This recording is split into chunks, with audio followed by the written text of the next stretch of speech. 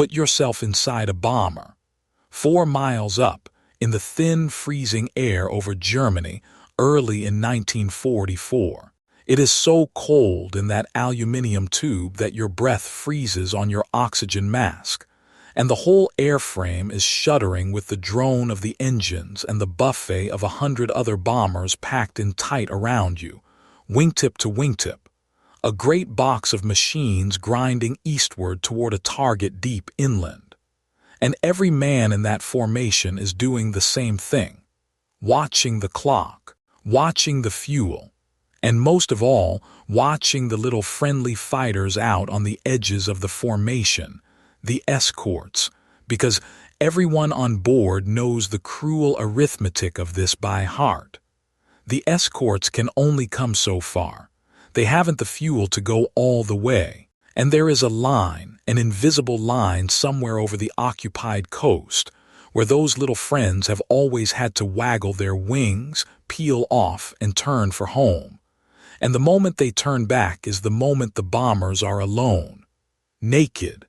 And that is when the enemy fighters who have been waiting, patient, just out of reach, come in. So the crews watch that line coming. They brace for it. They know it. And on this day over this target, far, far past the place where the escorts had always turned back before, a gunner presses his face to the cold perspex, and he cannot believe what he is seeing, because the little friend is still there, out on the wingtip, weaving gently, keeping station, in air so deep inside Germany that no single-engined fighter had any right to be there at all. It should be long gone. It should be 100 miles behind them, sat on the grass back in England refueling.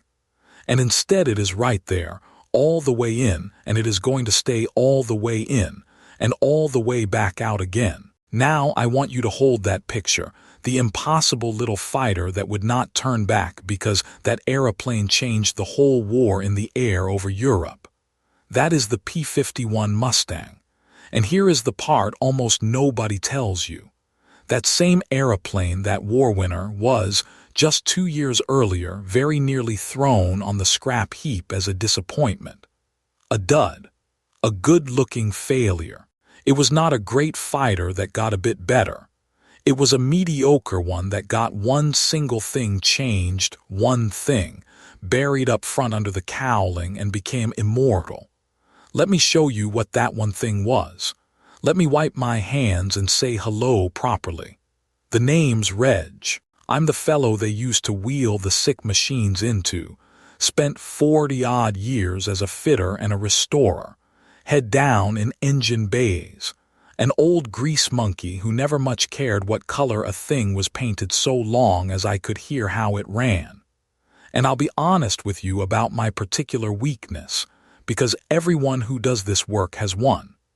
Some blokes love the shape of a thing. Some love the guns, the armor, the numbers on a poster. Me, I have always loved the engine. To me, an aeroplane or a tank is really just a clever way of carrying an engine to where it's needed. And the story I always want to hear is the story under the cowling, the heart of the thing, the bit that actually decides whether all that lovely metal lives or dies. And that is exactly why the Mustang is my kind of tale. Because most people tell you the Mustang story as a story about a beautiful aeroplane. And they're not wrong, she is beautiful. But they are telling the wrong half. The Mustang is not really a story about an airframe. It is a story about an engine and about reach, and about the difference the right partner makes to a thing that had promise and nothing else. So come on. Wipe your feet, mind the oil, and let's get this old girl up on the trestles and see what actually made her great. Because it isn't what you think. Right. Back to the beginning, and the beginning is not American, which surprises people. It's British. 1940. Britain is at war on her own and desperate for aeroplanes, desperate for fighters faster than her own factories can build them. So a British buying mission over in the United States goes looking for someone to build them more of an existing American fighter under license. And they walk into a fairly young company called North American Aviation, and they more or less say, "Build us these."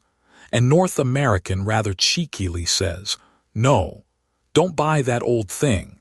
Let us design you a brand new fighter instead, a better one, and we'll do it fast." Now, how fast is one of those numbers that has grown legs over the years.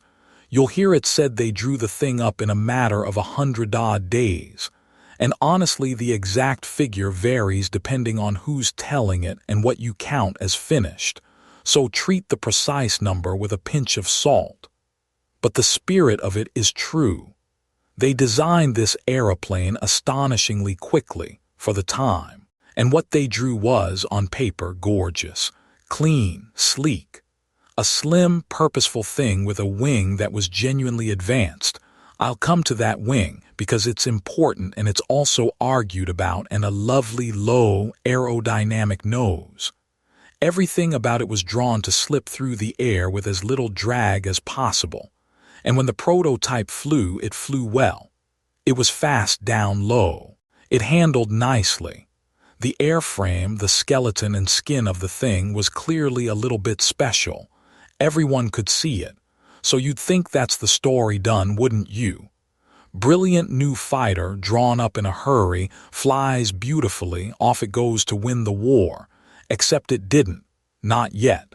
Because there was something badly wrong with it, and to understand what, you have to stop looking at the beautiful shape and start looking, like a mechanic looks, at the one component that shape was wrapped around. The engine. The first Mustangs were fitted with an American engine called the Allison V1710, and I need to be fair to the Allison, because it's become the villain of this story, and that's not entirely just. It was a good engine.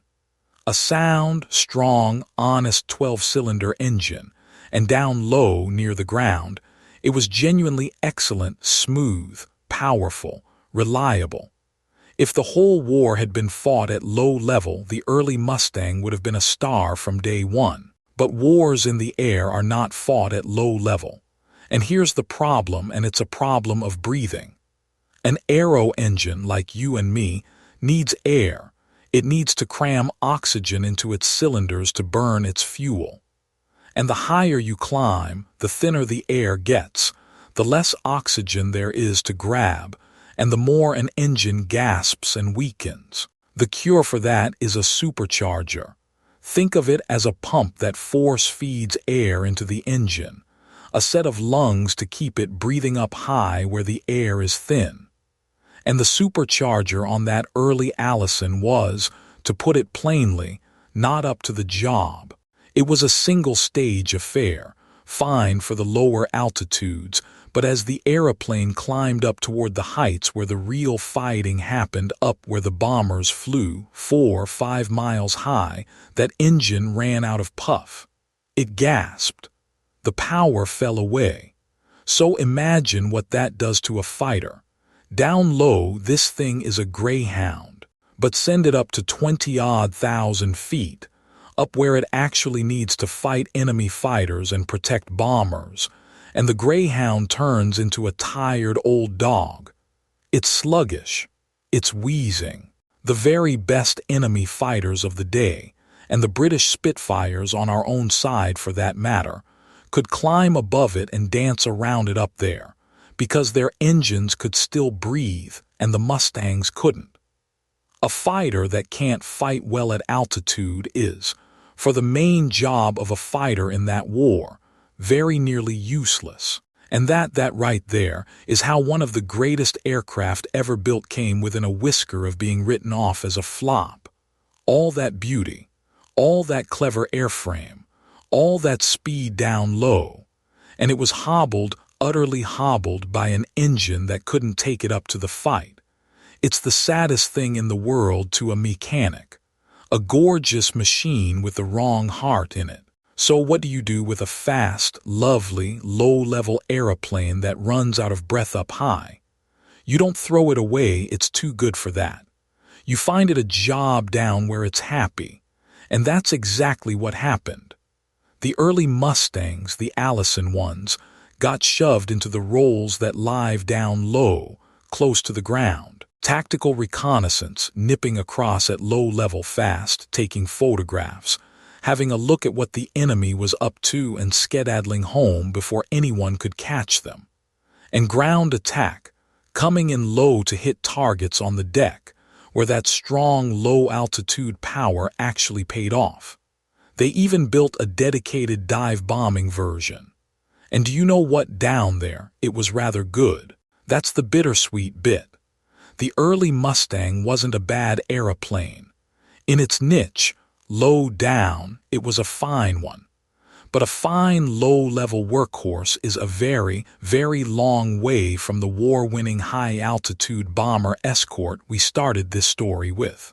At this point in the tale, if you'd stood on an airfield and said this aeroplane is going to break the back of the German Air Force over Berlin, people would have laughed at you. It was a good machine that had found a modest job, and that's where it might have stayed forever. A footnote. The clever plane with the wrong engine. Except somebody, and this is where the whole thing turns, somebody looked at that beautiful hobbled airframe and had an idea so simple it's almost insulting. What if we just gave it a better heart? Here's the idea. On the British side, there was an engine that everybody already knew and trusted, the Rolls-Royce Merlin. Same family of engine, more or less, that powered the Spitfire and the Hurricane and half the aeroplanes Britain was flying. And the Merlin had exactly the thing the Allison lacked. It had a proper, clever, two-stage supercharger, two sets of those lungs, one feeding the other, which meant it kept breathing, kept making its power, way up high in the thin air where the Allison had wilted. The Merlin was, up at altitude, a magnificent engine. And the story goes, and I love this story, whether every detail of it is polished true or a bit burnished by time, that a British test pilot got up in one of these Allison Mustangs, felt how beautifully the airframe flew and thought, my word, imagine this thing with a Merlin in the nose instead. Imagine that lovely, slippery, low-drag body with an engine that could actually breathe up top. And they tried it. They took the Merlin and they married it to the Mustang airframe. And the result was electric. It was one of those rare moments in engineering where two good things come together and the sum is far, far greater than the parts. Suddenly that same sleek airframe, the one that slipped through the air so cleanly, had an engine that kept pulling hard all the way up to the heights where the bombers flew and the enemy waited. The thing that had been a tired old dog at altitude became a thoroughbred at altitude. Fast, genuinely, class-leadingly fast up high. Climbed well, fought well. All that aerodynamic cleverness in the airframe finally had a heart worthy of it. The dud was gone.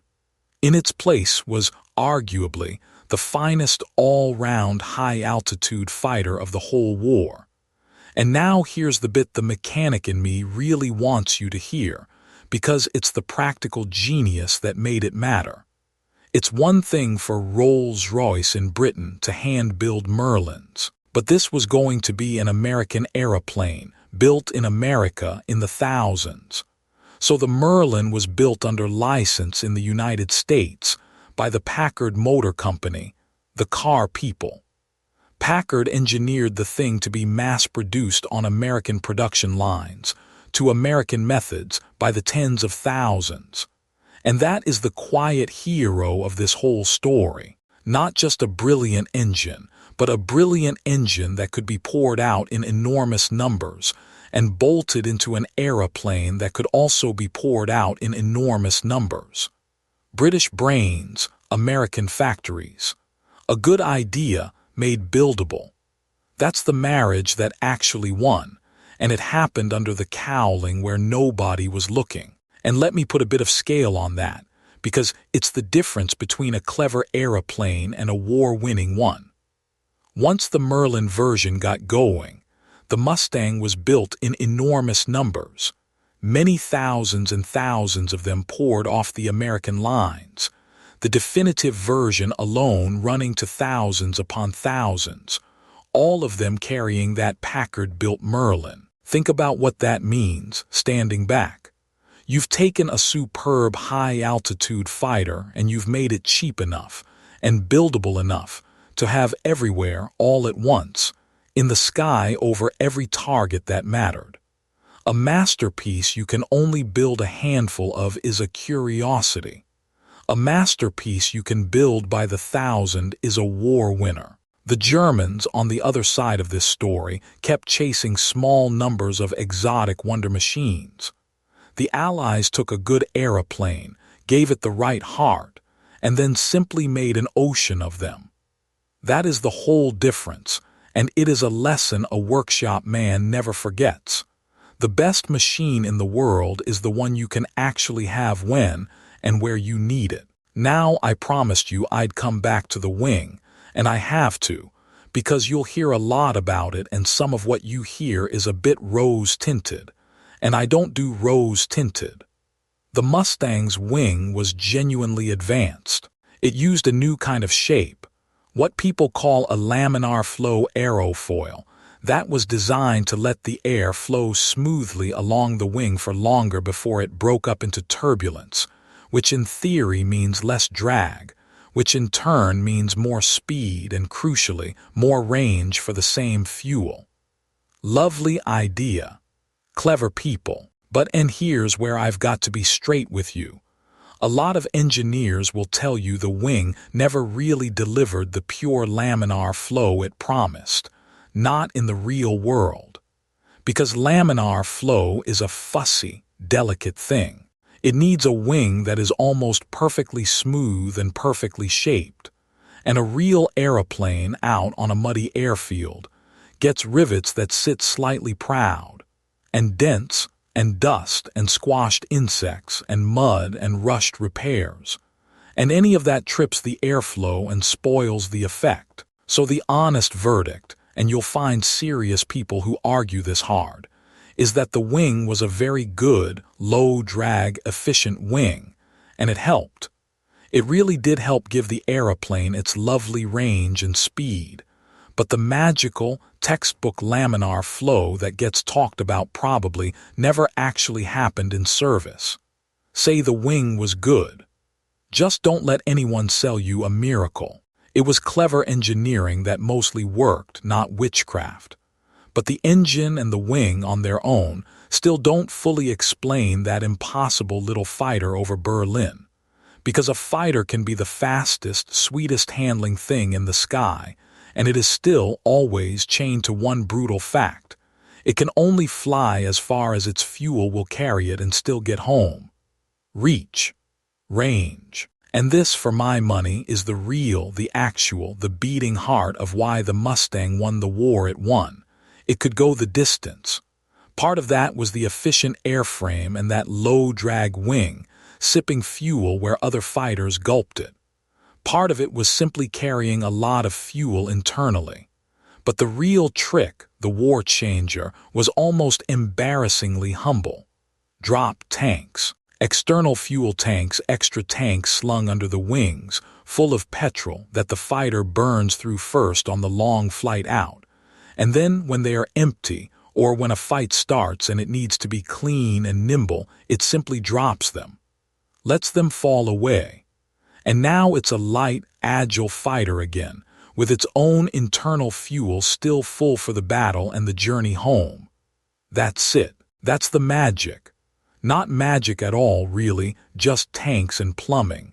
The sort of thing a mechanic loves precisely because it's so unglamorous and so clever at once. With drop tanks, that efficient Merlin-powered Mustang could take off in England, climb up to the bombers and stay with them.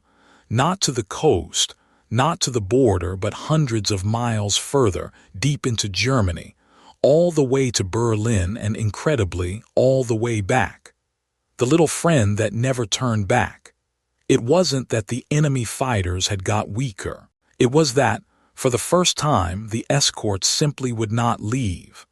And now let me tell you what that actually did strategically, because this is where a story about an engine turns into a story about a whole war. Before the long-range escorts arrived, the daylight bombing campaign over Germany was in real trouble. The bombers would fly out, the escorts would turn back at the border, and the German fighters would fall on the unescorted formations in the deep interior and take a terrible toll. There were raids where the losses were so heavy that you simply could not keep doing it. The maths didn't work. You'd run out of bombers and crews faster than you could replace them. The enemy Air Force, sitting safe and deep inside its own territory beyond the reach of the escorts, held the whip hand. The long-range Mustang flipped that over completely. Now the escorts came all the way in, and there's a subtle, brilliant change of tactics that goes with it.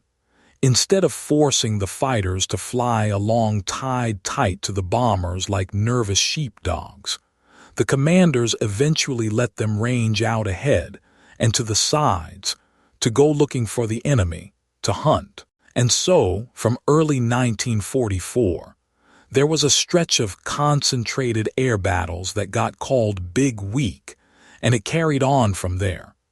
The German fighters could no longer come up and pick off bombers in safety. Every time they rose to attack, there were swarms of superb, long-legged escort fighters waiting for them, right there over their own airfields, over their own cities, over their own ground.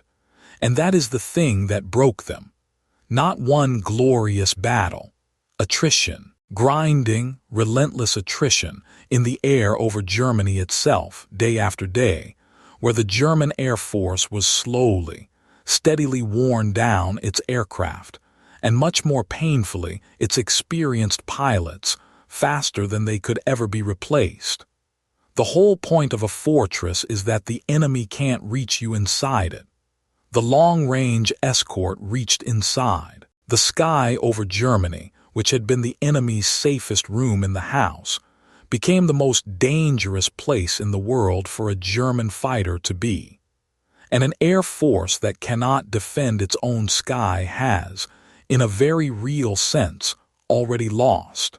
And there's a second thing the long reach bought, quieter than the dogfights but every bit as important, and I want to give it its due because the crews certainly did. It bought the bombers home, not just victory in some grand strategic ledger, actual men, in actual aeroplanes, who before had flown out over that invisible line and into the interior alone and frightened, and now had a friend on the wingtip the whole way. You cannot measure what that does to a formation, to the nerve of it, to whether tired crews press on to the target or turn for home early. The escort didn't only tangle with enemy fighters. It changed the odds on every long flight, steadied every crew, and meant a great many more of those bombers made it back to the grass in England instead of going down over Germany. To me, that's the part of the story worth holding onto, not the scoreline in the air, the empty seats at the mess table that got to stay full. Now, right about here is where I have to stop and be a proper honest mechanic with you, because there is a version of this story that gets told where the Mustang, single-handed, gorgeous and alone, wins the air war, and I'm not going to sell you that because it isn't true, and you deserve better than a legend. So let me flag the arguments out loud, the way the serious historians do. First, the Mustang did not do it alone, not by a mile. There was another fighter doing an enormous share of the escort work, the American P-47 Thunderbolt, a big, tough brute of a thing, and I've a real soft spot for it. And it, too, got drop tanks and had its range stretched out further and further. A lot of the hard, early work of taking the fight to the enemy was done by the Thunderbolt and by others, not just the Mustang. The Mustang's gift was that it combined the high-altitude performance and the sheer range better than anything else, all the way to the deepest targets. but it was part of a team, not a lone hero. Second, numbers. By this stage of the war, the Allies were simply outbuilding and outmanning the enemy on a colossal scale. Wave after wave of aircraft, oceans of fuel, floods of freshly trained aircrew. The German Air Force was being crushed partly just by weight, by an avalanche of Allied production that no amount of clever engineering on their side could match. And third, and this one really matters, the enemy was rotting from the inside at the same time. Germany was running catastrophically short of fuel, especially as the war went on, so their pilots couldn't even be trained properly for want of petrol to fly on, and they were losing their skilled, experienced pilots faster than they could make new ones, and the new ones were going into battle half-trained against Allied pilots who were better prepared than ever. So the German Air Force wasn't only beaten from the outside by long-range fighters. It was starving and hollowing out from within. Put all that together, and the fair verdict is this. The Mustang was a genuine war winner, one of the decisive weapons of the air war, but it was decisive as the key that unlocked a door, not as the whole house. It gave the Allies the reach to bring their overwhelming strength all the way to the enemy's heart, at exactly the moment that enemy was running short of fuel and pilots and luck. Right machine, right change, right moment. That's usually how these stories really go, once you wipe the polish off them. The engineers, bless them, spent all that effort making a beautiful airframe and a clever wing.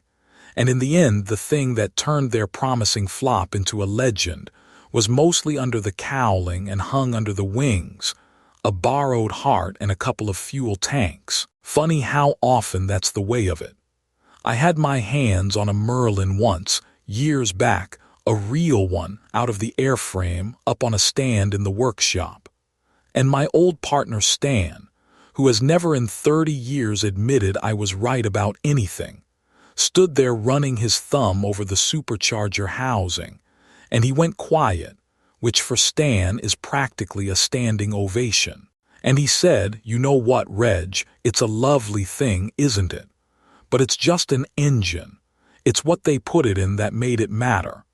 And I nearly fell off the trestle because that, from Stan, is the whole point of the Mustang in a single sentence.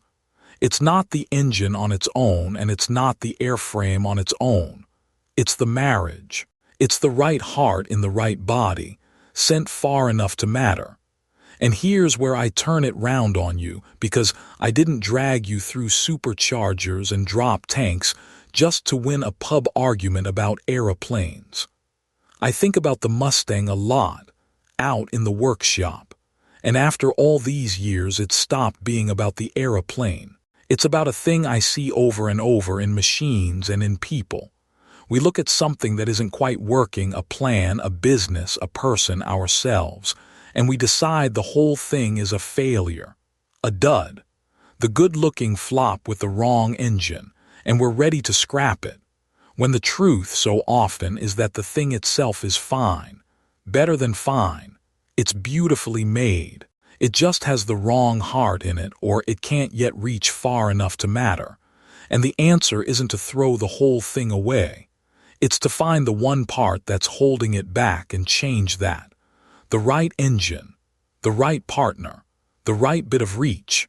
And suddenly the flop is a world beater and everyone forgets it was ever anything else. Because that's the bit that gets lost in the legend. Nobody remembers the tired old Allison Mustang wheezing about at low level. They only remember the Merlin one, the little friend over Berlin, the immortal. Same airframe, same beautiful bones.